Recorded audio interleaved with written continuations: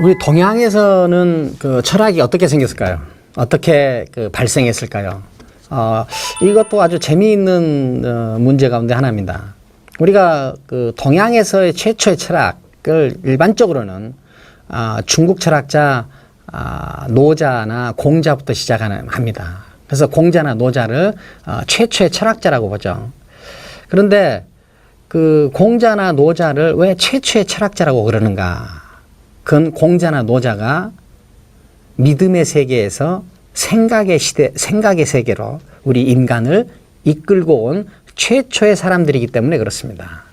무슨 말이냐면은, 공자와 노자는 그 춘추 말 전국 초 사이 사람인데, 이때 철기가 발명되어서 철기가 산업에 투입이 됩니다. 여러분들도 다 아시겠지만 산업 도구가 획기적으로 달라진다 하는 것은 계급 구조가 획기적으로 달라지게 된다는 뜻이고, 정치 구조가 획기적으로 변동을 한다는 뜻이고, 인간과 하늘 사이의 관계가 획기적으로 달라질 수 있다는 뜻입니다.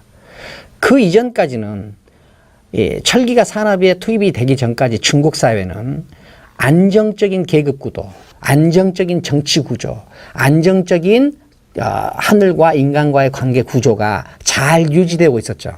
그런데 철기가 산업에 투입이 되면서 이 안정적인 구도가 완전히 허물어지게 됩니다. 이 허물어지게 된 이 상황을 우리는 일반적으로 춘추 전국시대라고 혼란의 상황으로 표현하는 것이죠.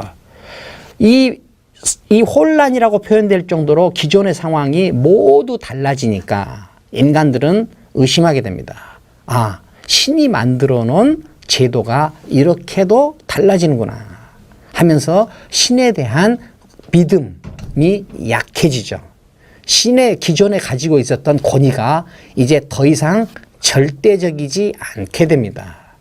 그래서 신에 대한 믿음이 매우 약해지거나 혹은 거부되면서 중국 사람들은 이제 더 이상 신을 믿지 않고 인간이 인간만의 힘으로 이 세계의 질서를 만들고 가치의 근원을 만들어내려고 하는 노력에 들어가게 됩니다. 이때 그 춘추 전국시대 살던 중국 사람들 가운데 가장 예민한 두 사람이 나타나는데, 그 사람들이 바로 공자와 노자죠. 공자와 노자는 다 이제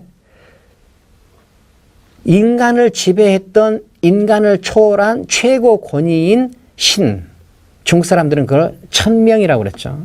천명을 더 이상 믿지 않고 더 이상 의존할 수 없게 되었기 때문에 그런 초월적인 힘에 의존하지 않고 이제 인간이 인간만의 힘으로 인간이 가야 될 길을 만들었습니다.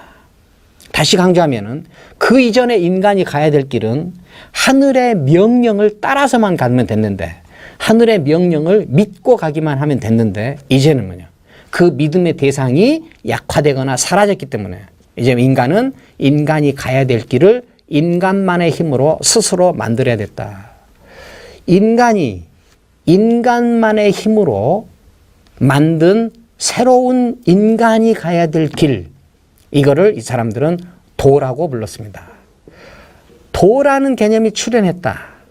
도의 개념에, 도의 건립에 몰두했다 하는 말은, 다른 말로 하면은 천명에 대한 믿음이 이제는 없어졌다는 뜻이죠.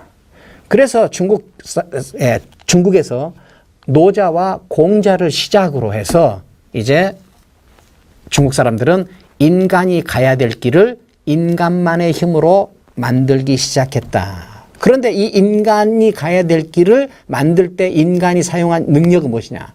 그건 바로 믿음의 능력이 아니라 생각하는 능력이죠.